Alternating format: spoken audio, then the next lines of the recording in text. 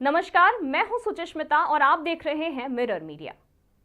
Bokaro thermal में विस्थापितों की जनसभा में डुमरी विधायक जयराम महतो ने चौंकाने वाला खुलासा किया है। उन्होंने दावा किया है कि उन्हें मारने के लिए शूटर को 1.5 करोड़ रुपए की सुपारी दी गई थी। विधायक ने बताया कि शूटरों ने उन्हें मारने से इनकार कर दिया क्योंकि उन्होंने अपने बचपन की याद में विधायक में इंसानियत देखी। जयराम महतो ने सभा में कहा कि शूटर ने उन्हें आगे से सतर्क रहने की चेतावनी भी दी है। विधायक ने आगे कहा कि अगर शूटर अनुमति देंगे तो हम उनका नाम भी मीडिया के सामने लाएंगे। फिलहाल नाम गोपनीय रखा गया है। इससे पहले भी कोयलांचल में भ्रष्टाचार और विस्थापितों के हक की बात करने वाले नेताओं को रास्ते से हटाया गया, इसी कारण वह भी टारगेट में है।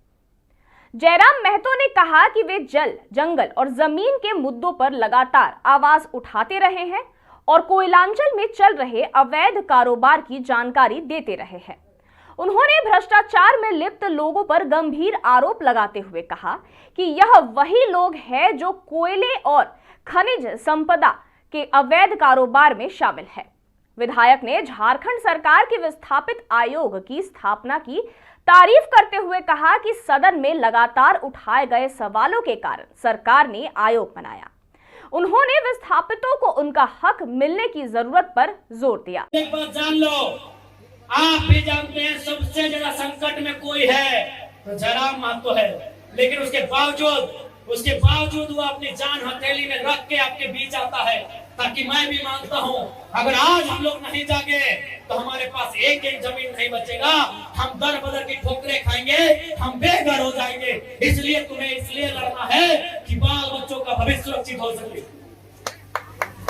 मैं एक खुलासा कर रहा हूँ और ये खुलासा मैं पूरे तर्क के साथ उस दिन करूंगा जिस दिन वो शूटर अगर वो बोल दे कि विधायक जी पब्लिकली बोल दीजिए तो हम बोल देंगे। मैं आपको बता रहा हूँ, इसी कोयलांचल से हमारे नाम से 1.5 करोड़ का सुपारी दिया गया था, लेकिन जिसको दिया गया उस शूटर ने क्या कहा मालूम है कि जयराम महतो में हम अपना बचपन देखते हैं, हम ये सुपारी नहीं लेंगे।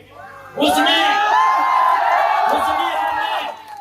अपने लोगों को मेरे पास भेजा और बोले कि जाके उनको अलर्ट कर दीजिए, हम लोग सुपारी रिटर्न कर रहे हैं, लेकिन कोई दूसरा ले लेगा तो फिर हम लोग गारंटी नहीं लेंगे। उनको बोलिए वो सुरक्षित रहे, लेकिन हम उनका नाम और सारी चीजों को क्लियर इसलिए नहीं करेंगे क्योंकि एक प्रोटोकॉल होता है। अगर वो सच बोल दे कि आप पब्लिकली प्रेस में आके बोल दीजिए, हम उस दिन बोलने में हमको डर नहीं लगेगा। 1.5 करोड़ का सुपारी सिर्फ इसलिए गया था, ये सब पे बात करता है, ये कंपनी पे बात करता है, कोयला पे बात करता है, ये करप्शन पे बात करता है। ये आपको मैं एक सच्चाई अपनी बता रहा हूँ, लेकिन उसने लेने से इनकार कर दिया कि जयराम महतो में हम अपना बचपन देखते हैं। आज भी मिट्टी से निकलकर बाहर आया है, तो इनको ये आपको क्या लगता है कि इनको हमारे शब्दों से, हमारे विचारों से, हमारी आवाज से इनके पैंट गिली नहीं हो रही है? ये तैयारी कर रहे हैं, ये इस बात की तैयारी कर रहे हैं कि शक्तिनाथ महतो की तर्जबारी से हटा दिया जाए, ये इस बात की तैयारी कर रहे हैं कि हमें ठिकाने लगा दिया जाए। लेकिन मुझे पूरा विश्वास है कि अगर इस बार झारखंड की जमीन से लहू बहा तो इस बार इतना ही कहेंगे झारखंड के लोगों, चाहे लहू किसी का बहे, इस बार चिता मत जलाना, उस चिते को रख देना, उस चिते को छोड़ देना। अगर जलाना हो तो ऐसे बेरहम मेहमान पदाधिकारियों का हौसला जलाना, जहां तुम्हारा होगा, जहां तुम्हारा हक आज भी वंचित है। ज्यादा समय नहीं लेंगे, जयराम महतो विस्थापन की लड़ाई लड़ने तैयार है, चाहे सड़क हो या सदन हो।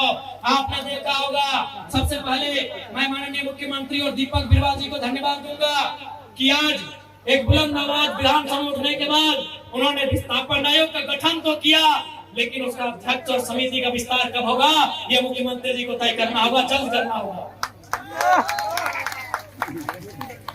बिल्कुल ये आपकी ताकत थी, आपके वोट की ताकत थी कि आज जयराम महतो जब सदन में खड़ा होता है लोग थरथराते हैं कि इस बार ये कौन सा सवाल पूछेगा।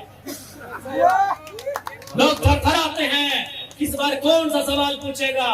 और अंत में इतना ही कहेंगे, कोयलांचल के विस्थापित रैयतों, मेरे भाइयों मेरी बहनों, लड़ाई हर एक तरीके से लड़नी होगी। आपको लड़ना भी है, आपको पढ़ना भी है और जानकारी भी रखना है। विनोद बाबू लड़े क्योंकि वो वकील थे, जयपाल सिंह मुंडा लड़े वो विदेश से पढ़ के आए थे।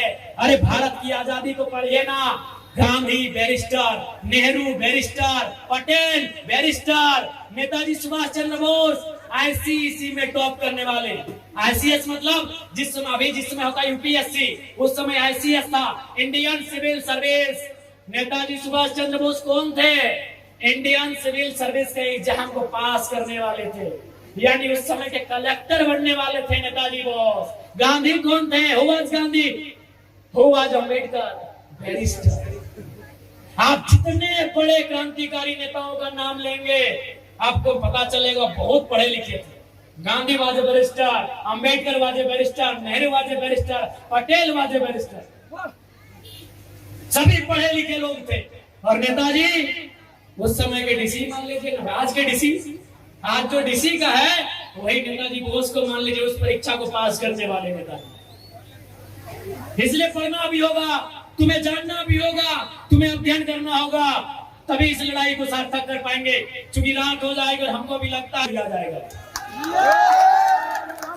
नए दौर की नई कहानी लिखने, खबरों को नए अंदाज में आप तक पहुंचाने के लिए मिरर मीडिया के चैनल पर अब हम आपको मिलेंगे पूरे 24 घंटे। जियो टीवी के चैनल नंबर 4088 पर, इसके साथ ही जियो टीवी ऐप और Amazon Fire TV पर भी।